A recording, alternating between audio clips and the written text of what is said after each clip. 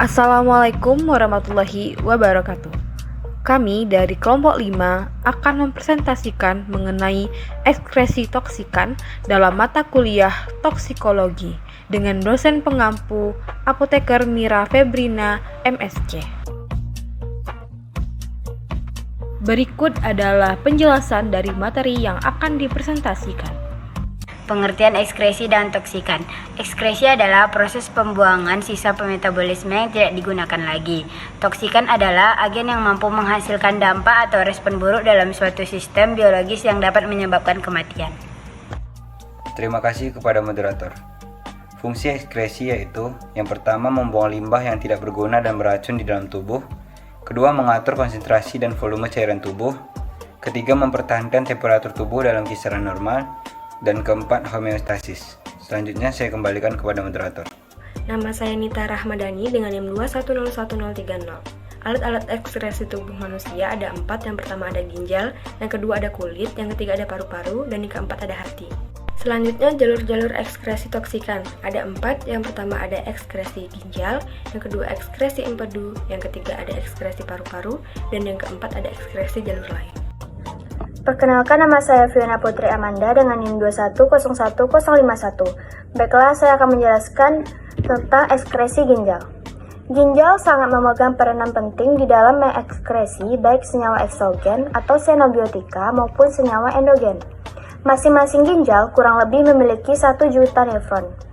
Dan masing-masing nefron terdiri dari 1 bagian kapiler dan 1 bagian tubular. Ginjal mengeluarkan urea dan garam mineral dalam tubuh. Ginjal berbentuk kacang dan berwarna merah yang mengendalikan banyaknya air di dalam darah. Kebanyakan obat dikeluarkan melalui air seni dan lazimnya tiap obat diekskresi berupa metabolitnya dan hanya sebagian kecil dalam keadaan asli. Zat-zat di dalam keadaan ion yang mudah larut di air seni diekskresi dengan mudah. Sekian penjelasan dari saya, terima kasih. Perkenalkan, nama saya Fadia Herunisa dengan NIM 2101015. Baiklah, saya di sini akan menjelaskan materi selanjutnya yaitu mengenai fungsi ginjal. Nah, sebelumnya sudah dijelaskan mengenai ekskresi ginjal. Selanjutnya akan dijelaskan mengenai fungsi ginjal. Yang pertama yaitu mengeliminasi xenobiotik dari darah gunanya untuk memelihara lingkungan dalam. Nah, xenobiotik sendiri adalah zat-zat asing yang masuk dalam tubuh kita. Yang kedua yaitu menyaring darah sehingga menghasilkan urin. Yang ketiga, membuang zat-zat yang membahayakan tubuh. Dan yang keempat, mempertahankan tekanan osmosis cairan. Nah, selanjutnya yaitu proses yang terjadi di dalam ginjal. Yang pertama ada filtrasi ataupun penyaringan, yang mana filtrasi adalah proses penyaringan darah yang mengandung zat-zat sisa metabolisme yang dapat menjadi racun bagi tubuh kita. Nah, filtrasi ini terjadi di glomerulus dan juga kapsul Bowman yang menghasilkan filtrat glomerulus dan atau urin primer. Selanjutnya ada reabsorpsi ataupun penyerapan. Nah, reabsorpsi ini adalah cara di mana tubuh kita menyerap kembali zat yang diperlukan oleh tubuh, misalnya garam protein yang masih dalam bentuk albumin menjadi amonia dan protein dan cairan lain yang diperlukan oleh badan mapigi. Dan selanjutnya yang terakhir adalah augmentasi ataupun sekresi. Nah, proses terakhir dalam pembentukan urin yaitu di mana akan terjadi penyaringan kembali air, garam NaCl dan juga urea. Nah, proses ini terjadi di tubulus contortus dan tubulus collectivus. Selanjutnya, ekskresi empedu.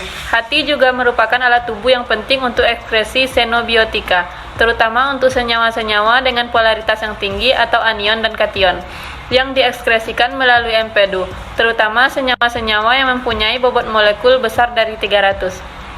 Selanjutnya yaitu ekskresi paru-paru. Paru-paru merupakan sistem pengeluaran dalam tubuh yang mengeluarkan zat sisa metabolisme berupa karbon dioksida dan air. Ekskresi toksikan melalui paru-paru terjadi secara difusi sederhana melalui membran sel. Perkenalkan, saya Putri Zamzam dengan NIM 2101035. Selanjutnya yaitu materi ekskresi jalur lain. Lambung dan usus manusia mensekresi sekitar 3 liter cairan setiap hari. beberapa toksikan dikeluarkan bersama cairan itu. Keringat dan air liur juga rute kecil ekskresi toksikan. Zat yang diekskresikan dalam air liur biasanya ditelan dan kemudian memungkinkan untuk penyerapan di saluran GI. Ekskresi juga dengan difusi sederhana, sehingga hanya terbatas pada terionisasi dan bentuk larut lipid tak toksikan. Baik, selanjutnya ada proses sekresi obat dalam tubuh. Organ terpenting untuk ekskresi obat yaitu ginjal.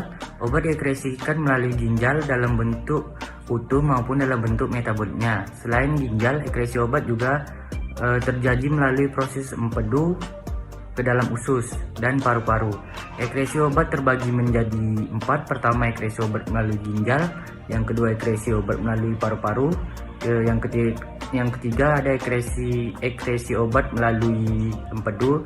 Yang terakhir, ekskresi obat melalui jarur lain. Sekian dari kelompok 5. Terima kasih atas perhatiannya. Wassalamualaikum warahmatullahi wabarakatuh.